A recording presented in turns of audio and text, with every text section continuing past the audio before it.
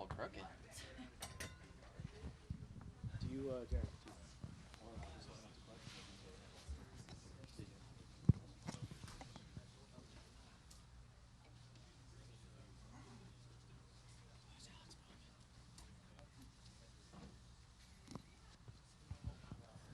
Okay, we are now joined by the driver of the number 48 Ally Chevrolet for Hendrick Motorsports, Alex Bowman, and the president and general manager of Hendrick Motorsports, Jeff Andrews. Alex, welcome back. So great to see you at the racetrack. I'm going to open up straight to questions for the media, unless you have something to say, Alex, to open us up. But it's great to see you. Hope you're feeling well. But it's great that we're cleared, and we'll see you back in the 48 next week. Yeah, thank you guys. Good to see all of y'all. It's been a little while, so yeah, we can get straight into questions. I'm good with that. All right. So we have 15 minutes with these gentlemen, so we'll get to as many questions as we can. We'll start up here to Jeff, and then go to Mark, Bob, Bruce, and around the horn. Hi, Alex. Can you just walk us through the process of what this experience has been like for you? The recovery and everything that you've had to go through. Yeah, for sure. It's been a long process for sure. I think Sunday, obviously, I didn't feel good. Monday, I didn't feel great, but it was hard for me to identify what was really going on, because typically Mondays after a race, when it's that hot, you kind of feel bad anyway, dehydrated or whatever. Tuesday I felt great. I made 3 laps in a sprint car on Tuesday just for an Ally deal, and I felt great through all that. Felt totally normal.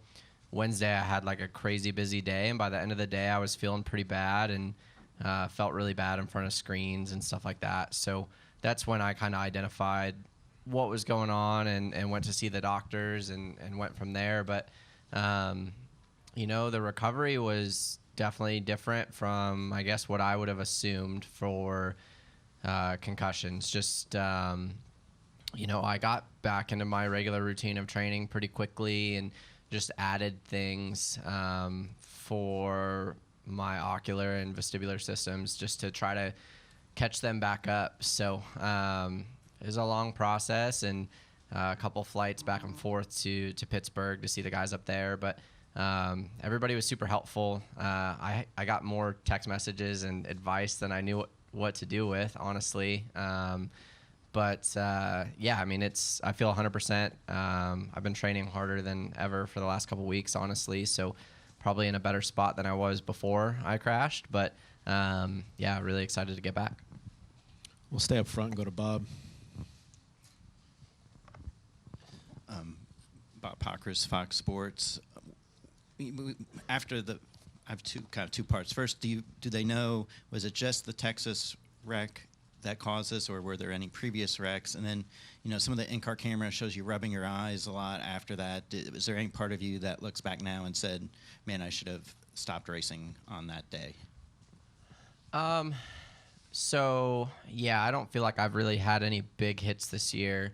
So I would say just the Texas crash. And, looking back, it was a tough situation. I'm in the middle of the playoffs, right? And I'm not a doctor. Did I just get my bell rung? Do I have a concussion? I don't know what's going on or what that feels like. So, I don't think it hurt me more. I'm glad that nothing else happened throughout the rest of the day, obviously, right? And it all ended up being okay. But yeah, it's a bummer. I think that's just part of the next gen car. It's so tough, right? The car wasn't very damaged at all, so we're able to keep going, and honestly keep going at a speed that we could have been okay if we weren't a bunch of laps down. Go to Bruce, and then Mark. Was the biggest issue you were seeing was the lag and where you might see something and then when your brain might react to it? Because for somebody who hasn't really experienced concussions, what was the one symptom that really took the longest to heal from? Yeah, it wasn't that at all. I feel like all the concussion symptoms that I would have heard of throughout my career, heard people talk about, the nausea and stuff like that, I didn't have any of. I just had a lot of pressure in my eyes, almost like when your sinuses are plugged up or whatever, and you kind of get that sinus headache and that pressure behind your eyes. And I would get that from workouts or from any activities that I was busy. So that was the biggest thing that took a while. And I think from what the doctors said, I think obviously the concussion kind of hurts the weakest points of your body. So I had some vision stuff going on that I don't think I really knew was, like, my vision's not weak, but it just kind of, like Mickey, the doctor, Mickey Collins, he says concussions fight dirty. So it went for a weak point with me and messed with my ocular system, and I think that was the thing that took the longest to recover from. I mean, it created headaches, but it was because of my eyes. Go to Mark. Mark Carroll, PRN. Glad to have you back. Thank you. What was the toughest part to deal with through the recovery part, or the most frustrating part of the process for you? Watching somebody else drive the 48 car on Sundays. That's not fun by any means. It was really interesting, honestly. I think at first you kind of feel not forgotten about, but it's just weird not going to the racetrack. All I've ever known is racing. So when you're not going and having to do different things on a weekend is just weird. Like driving around and realizing that there are people in the world that don't know there's a NASCAR race going on. I think that was a weird thing for me. I'm at the grocery store and I'm like, man, none of these people know that there's a race going on right now. So it was just that part of it was weird. Weekends were weird. It's really weird being here today, but yeah, I mean, I think seeing somebody else drive was definitely the least fun part. Go front to Dustin. Dustin Long, NBC Sports. Hey, Alex, a couple things. When you went to go see the doctor, and I think you kind of talked about you kind of had some feelings of things after workouts. Were you almost going just because you thought there was just a normal issue? I mean, or are you more concerned like, hey, there's something else a little bit more? Or were you like shocked when they came back and said, hey, you're in concussion and you can't be in the car? I mean, I think I knew that there was a possibility of that, right? Like, I knew what I felt when I crashed at Texas. But the weird thing was, and like the weird thing about concussion timelines is they're never really the same. And by Tuesday, I felt 100%, and I felt totally fine. So, Wednesday, when it kind of hit me by the end of the day that I was hurting and having that pain in my eyes that turned into a headache, that was, in my head, I'm like, that's not normal. I had talked to some others that had been through similar things and kind of gathered the similarities were there. So I knew when I went to the doctor that it was a possibility. And yeah, they definitely identified it pretty quickly. So where will you be for the race today? Are you staying, or why are you even here if weekends are difficult in the sense of I'm here to talk to you guys. Yeah, I don't know. It's going to be super weird for me, right? Like, I'm not it's not an easy thing to be here and not be in the race car, but I'll probably watch from the pit box and hang out with the guys. It's cool to be back around the team, and I've been around the team throughout the week. I've still been going to all the meetings and hanging out, chewing Noah out when he brings Big Macs to the team meeting on Monday mornings. So we're working on it, but it's it's been good to stay plugged in with the race team and to be back at the racetrack today and kind of see the support from the fans and everything has been really cool. So appreciative for the warm welcome, and I'll just be hanging out today, I guess. I don't really know. It's gonna be weird. No, we have several down here. We'll go to the press box though for a question if there is any. Nothing from the press box. We'll stay down here to Al, and then we'll go to Lee. Al Pearson, Motor Week. If Phoenix were not the last race, and if Phoenix were not your hometown, would you be doing this, or would you just wait until February? Yeah, I think for me, having a goal to get back to was important. As far as how hard I've had to work to get to this point, it was pretty difficult. I mean, it was 6 a.m. workouts every day, followed by another 9 a.m. workout every day. You know, I've worked really hard, and I think if I didn't have the possibility to get back this year, it would have been easier to kind of push those things off and not work as hard. But on top of that, the doctors have said that I'm 100%, right? So I think if there was any hesitation there, it would be different. But there was a lot of motivation to get back for a Phoenix race. You know, my last race with Greg as a crew chief, I didn't want to go out how Texas went with Greg. You know, and I don't want to sit all off season questioning it, right? Like I want to get back in the race car. So when the doctor said I was 100%, you know, I trust them. I'm going off of what they say, and I don't think there was any hesitation there, and they said I'm good to go. Go to Lee. I got to tell you, when we heard the radio exchange in Texas, you know, initially as it was happening, and I mean, it was absolutely chilling to hear you say, "I've never taken a hit so hard like this in my life," and you have a lot to base that on. You know, I mean, I'm not saying I've you crashed wrecked all some the time, stuff. yeah, but you know, all the different things that you drove on. What did you base that on, and did you know immediately, and was there any sense that maybe I need to get out of the car now, or was it not? Did it not seem that dire at the time? Yeah, I mean, that's a hard question, right? Like, it's the middle of the playoffs. You're going for every last point.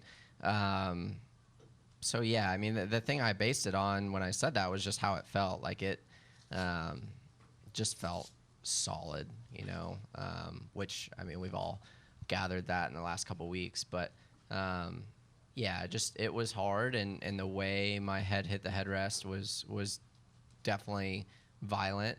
But I don't know, as far as, I mean, yes, the right decision would have been to pull over and get out of the car and quit, but like, you get any other of the 35 other guys that do this every Sunday to do that. It's just, it's a difficult decision, and you know, I still drove the race car and felt like I did a fine job of driving the race car for the rest of the day. So, you know, it's just part of what we do. When the car's not torn up, you're gonna keep going. Yeah, some of your competitors said that the adrenaline, it probably kept you going, and you know, would kind of override whatever sense that you had of getting out of the car. But later that week, you got in a sprint car with Jimmy, correct?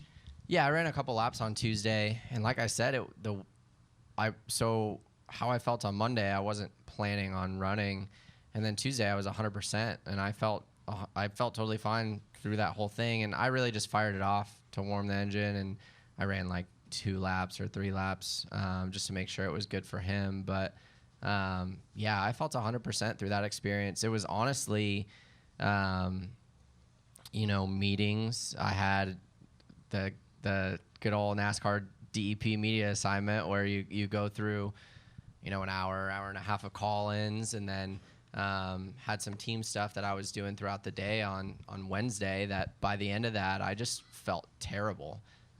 So, you know, it had nothing to do with Tuesday. I felt 100% through all that. I saw a lot of speculation that I got in the sprint car and felt bad, and that's when I knew, and that wasn't the case at all. I felt fine through that, and that actually reinforced me being like, oh, nothing's wrong, I'm fine. But then staring at a computer screen for a couple hours on Wednesday made it pretty obvious that something was up. And finally, have you touched base with Kurt at all? Have you guys compared, you know, what you guys have experienced since, you know, we have 2 major stars, playoff drivers that are on the sidelines? Yeah, definitely. I've talked to Kurt a lot.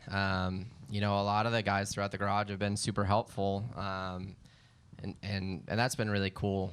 You know, whether it's Kurt or Jeff Burton. Obviously, I've talked to Dale a lot. Kevin Harvick actually reached out a lot throughout the process and was really cool. So it was cool to see the support from, you know, the rest of the drivers. And obviously, we don't want to see any of our peers in this situation. And, you know, I think there's a lot to be learned from everything that's happened. And, you know, hopefully nobody else has to go through it. Yeah.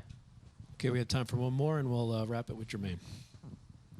Well, Alex, this is Jermaine Farrell, WFXR in Roanoke. I just want to tell you, first of all, congratulations on your recovery. Thanks. And I guess one major question, obviously with the next-gen car, you know, and your experience with it, with the concussions, what do you feel could be done to, you know, to limit that happening in the next-gen car for other drivers?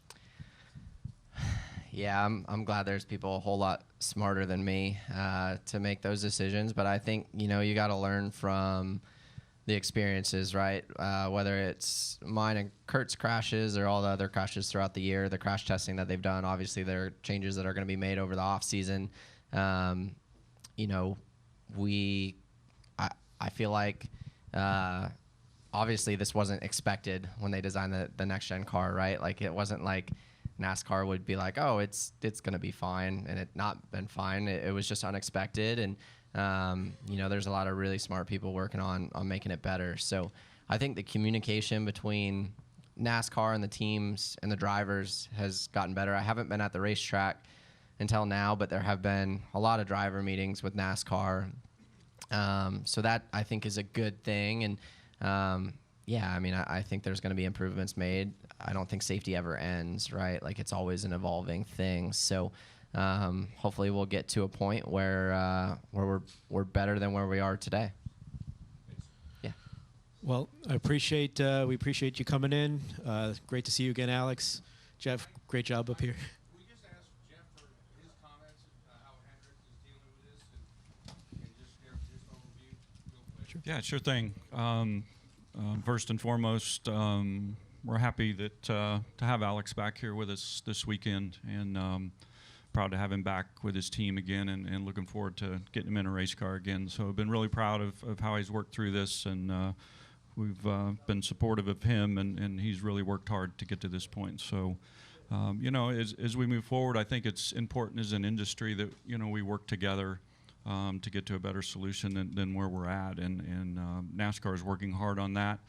We're involved in a lot of meetings and a lot of things going on of you know, where we're headed next year with different parts and pieces. And you know, we as an industry, the most important thing, you know, are our people, as Mr. Hendrick will tell us about our own company, but as our industry, we've got to take care of our drivers, and we have to keep them safe out there. Racing is obviously an inherently dangerous sport, but we've got to do as good a job as we can of keeping these guys safe in race cars. So we've definitely got some work to do on that, but that's in process. There will be changes for next year.